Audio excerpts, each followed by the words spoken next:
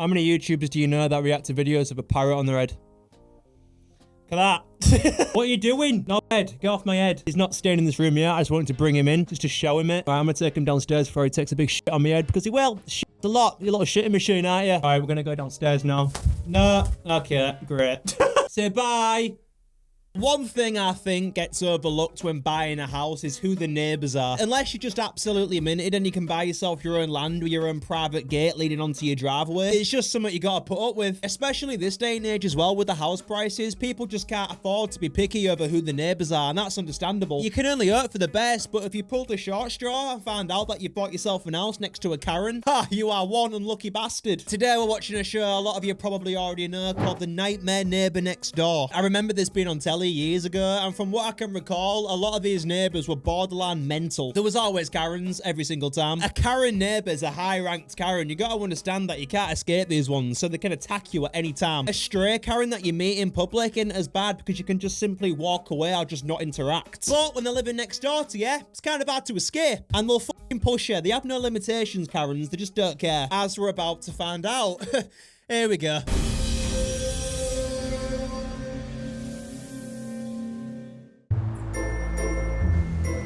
The town of Ludlow in Shropshire seemed like the ideal place for Pauline Bruce and her husband Tony to move to after he retired in 2003.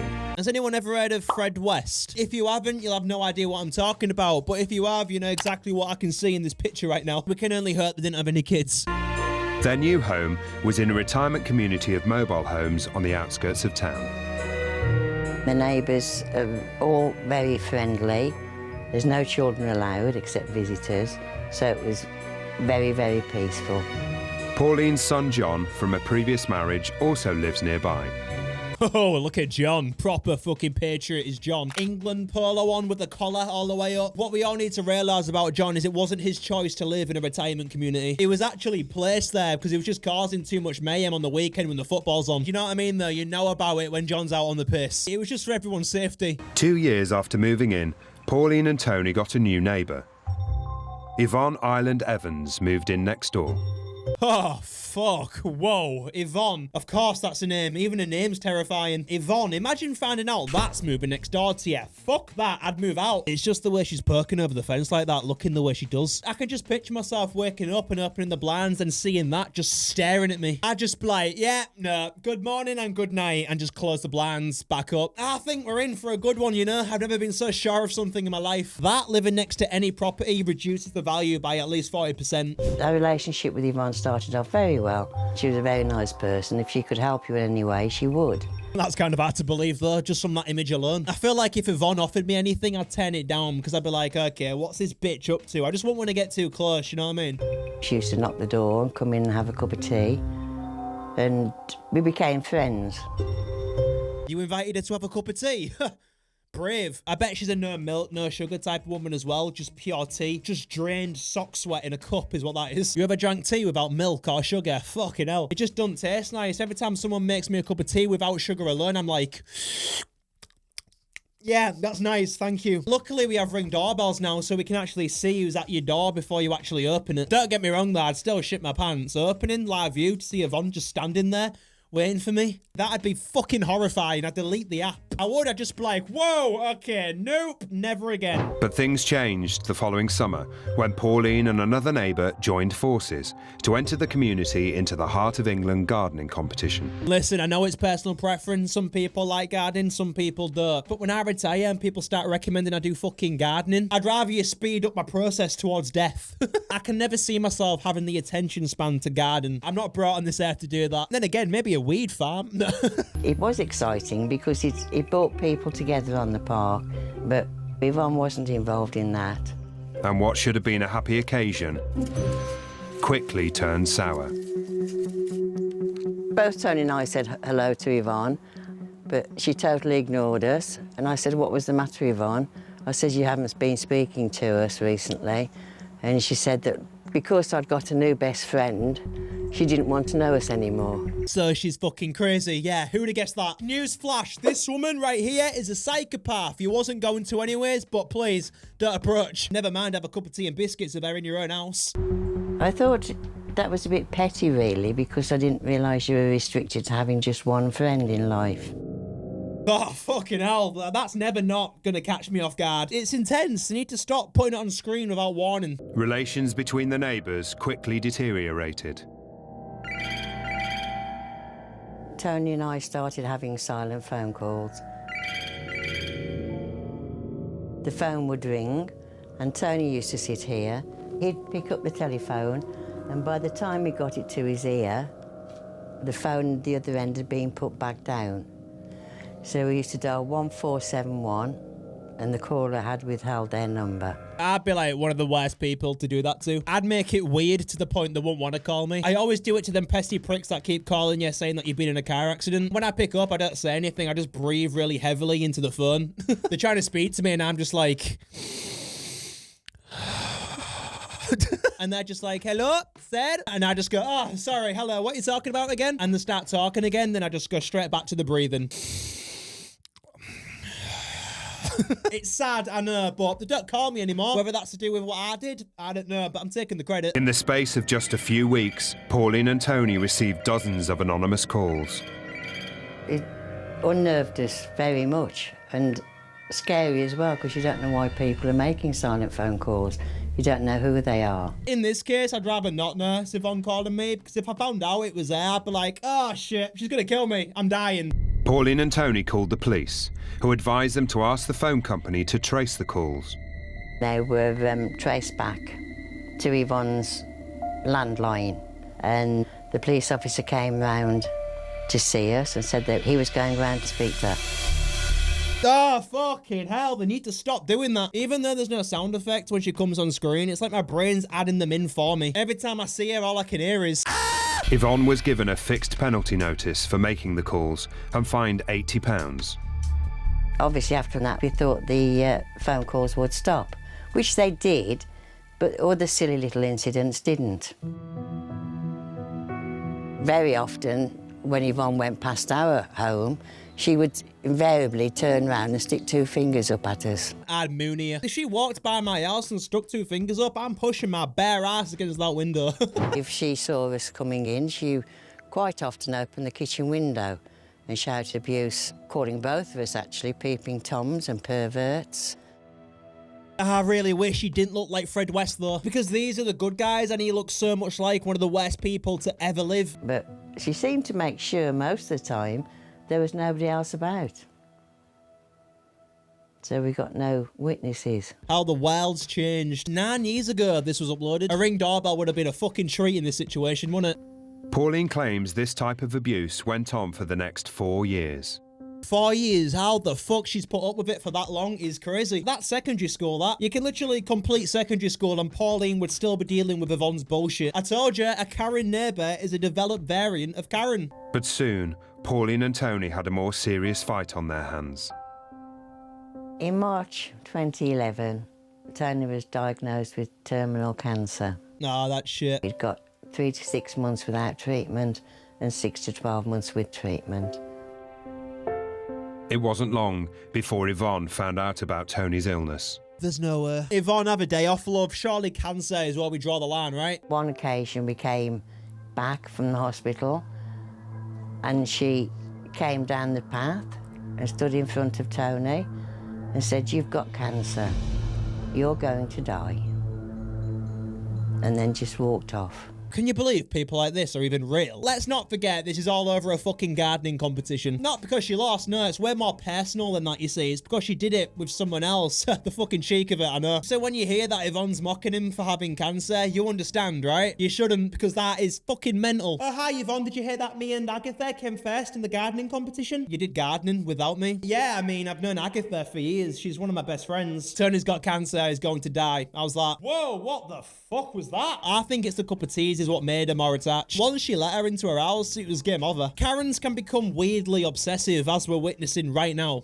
And then just walked off. But when Pauline's son John... Here he is, Big John, BJ. That's an unfortunate set of initials right there. But he's here to save the day. He's got his scarf on, his sleeves are rolled up, he's ready. Ethannn vs John, who we got? But when Pauline's son John decided to capture the abuse on camera, events took a more serious turn.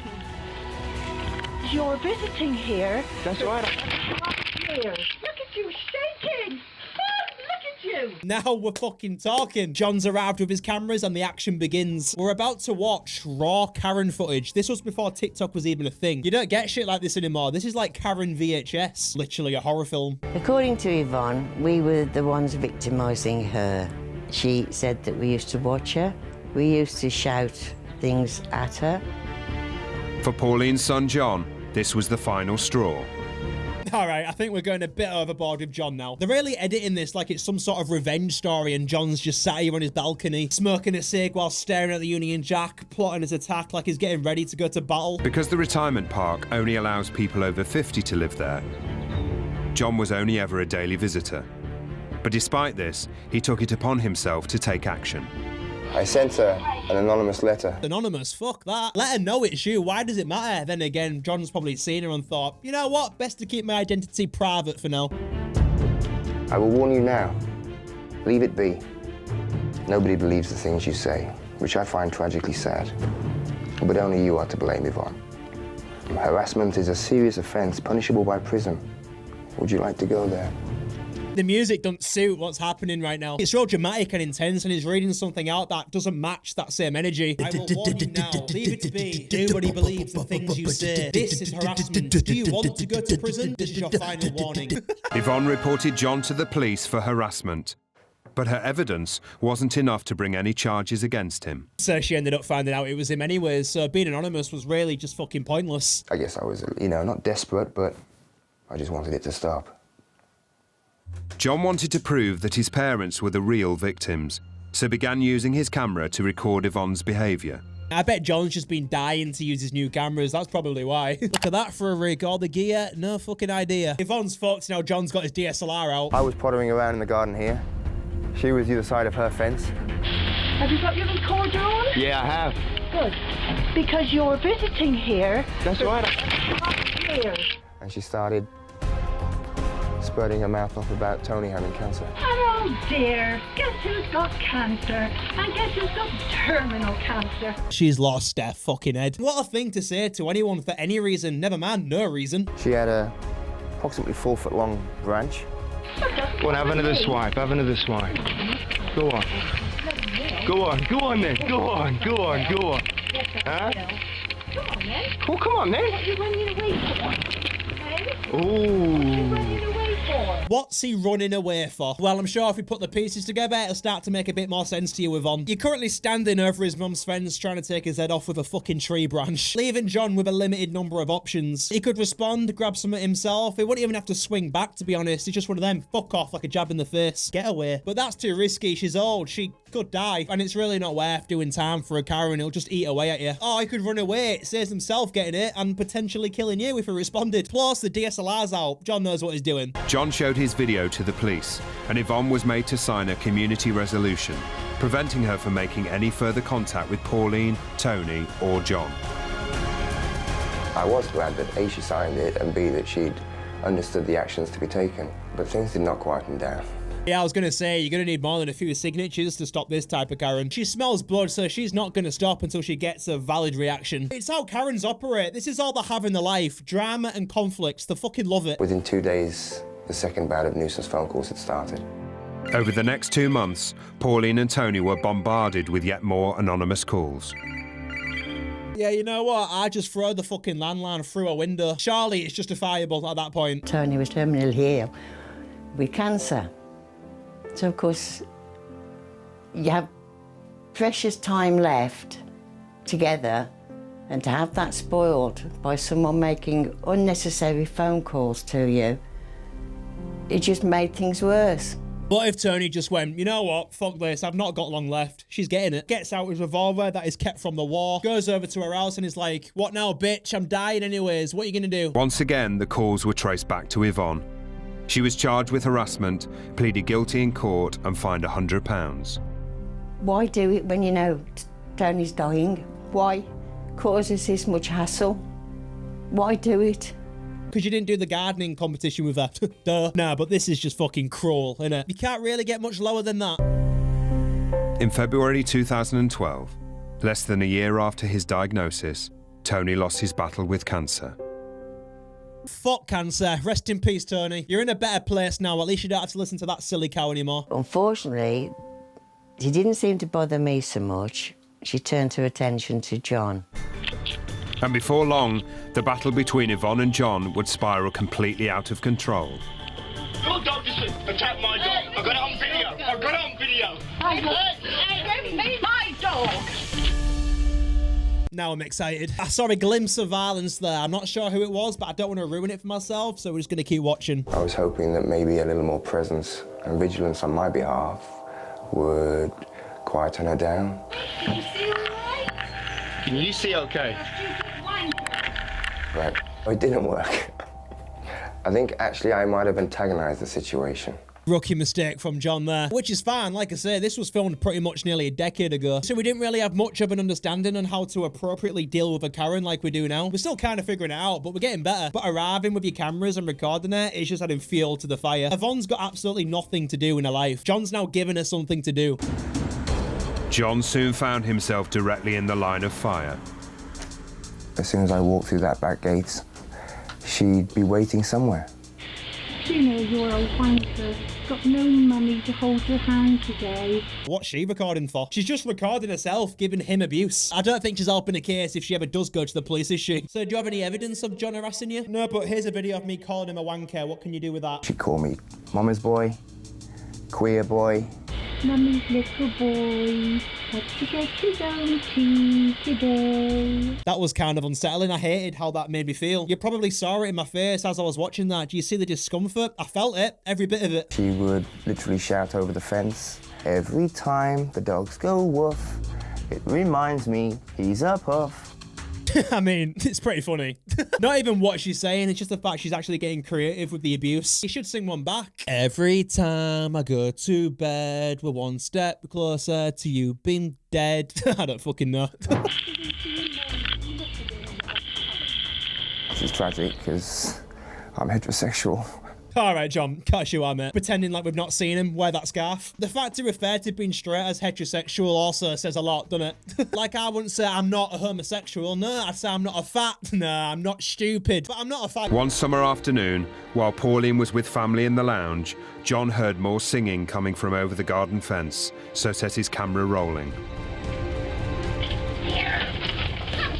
Oh no, even the dogs are Karen. What do we call them? Darrens. Oh shit. And Scrappy was in the jaws of a pretty big dog. Mom! The dog, Mom! Mom! The dog just attacked Scrappy! In the meantime, Ethannn had come through the fence with a pair of secateurs.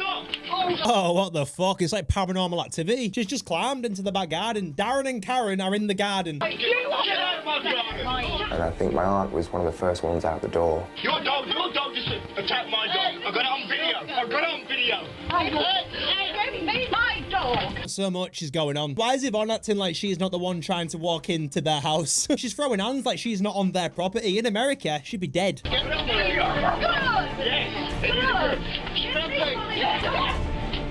She lashed out a couple of times at me. She brought up the pair of secateurs. It missed my throat by about an inch. I was frightened.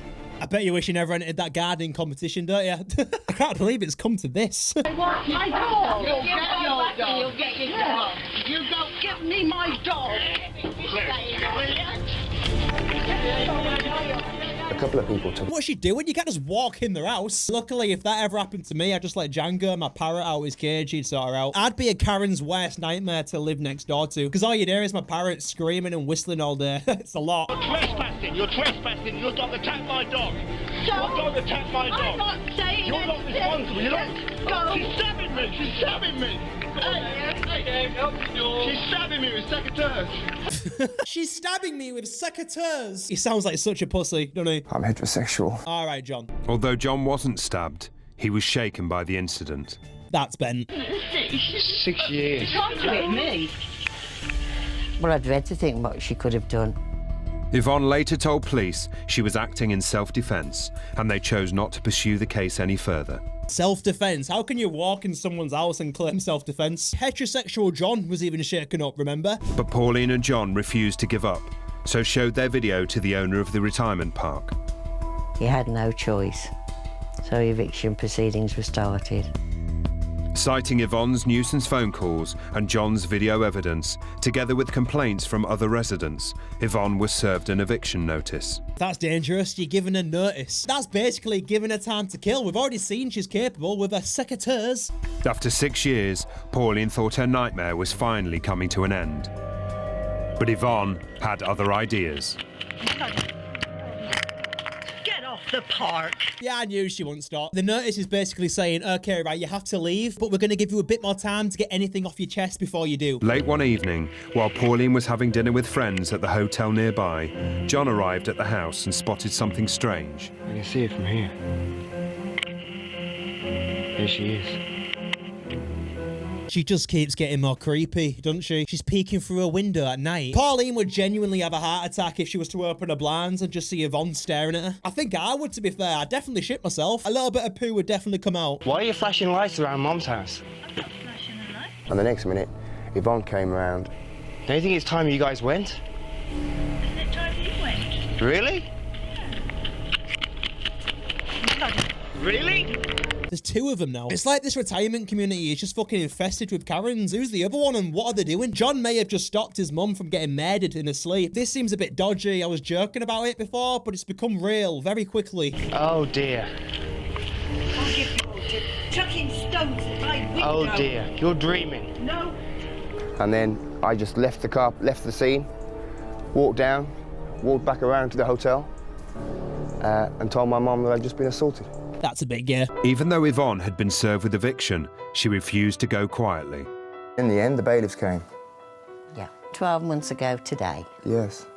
and saw her off the park. They had to resort to bailiffs to get her out. Jesus. She really was bad, wasn't she? She could be dead now, to be fair. A decade later, being that old and angry, no way, she's still kicking and breathing.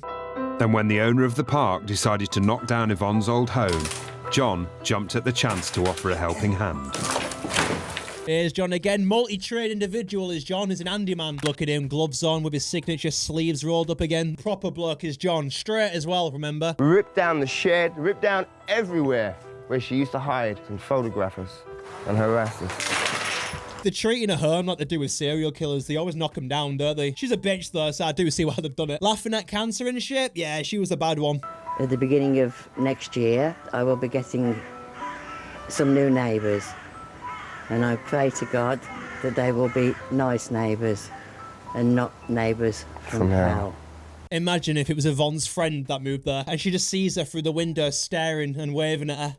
She'd just be like, no, not again. John, get the cameras out. We're going back to war. I'm heterosexual. Well, there you go. Nightmare Neighbours. I actually enjoyed that. I forgot how good TV used to be. If you lot want more of this, you know what to do. Just let me know in the comments. I do need to start uploading more though. I know. I'm sorry. I feel like I've been slacking recently. There's no one else to blame but myself. I get easily distracted, you see, so you can imagine how long it does take me to edit my videos. And I don't want to pay anyone to do it. I like doing everything myself. I mean, it is YouTube, right? But I'm working on it. Once I get focused and I'm in the flow of things, it takes a lot for me to get out of that. So yeah, I just need to focus a bit more. Also, let me know any mad experiences you've had with your neighbours in the comments. I'll be reading them. And yeah, I'm just glad it all worked out in the end for Pauline and heterosexual John. I'm heterosexual. All right, John, because you are, mate.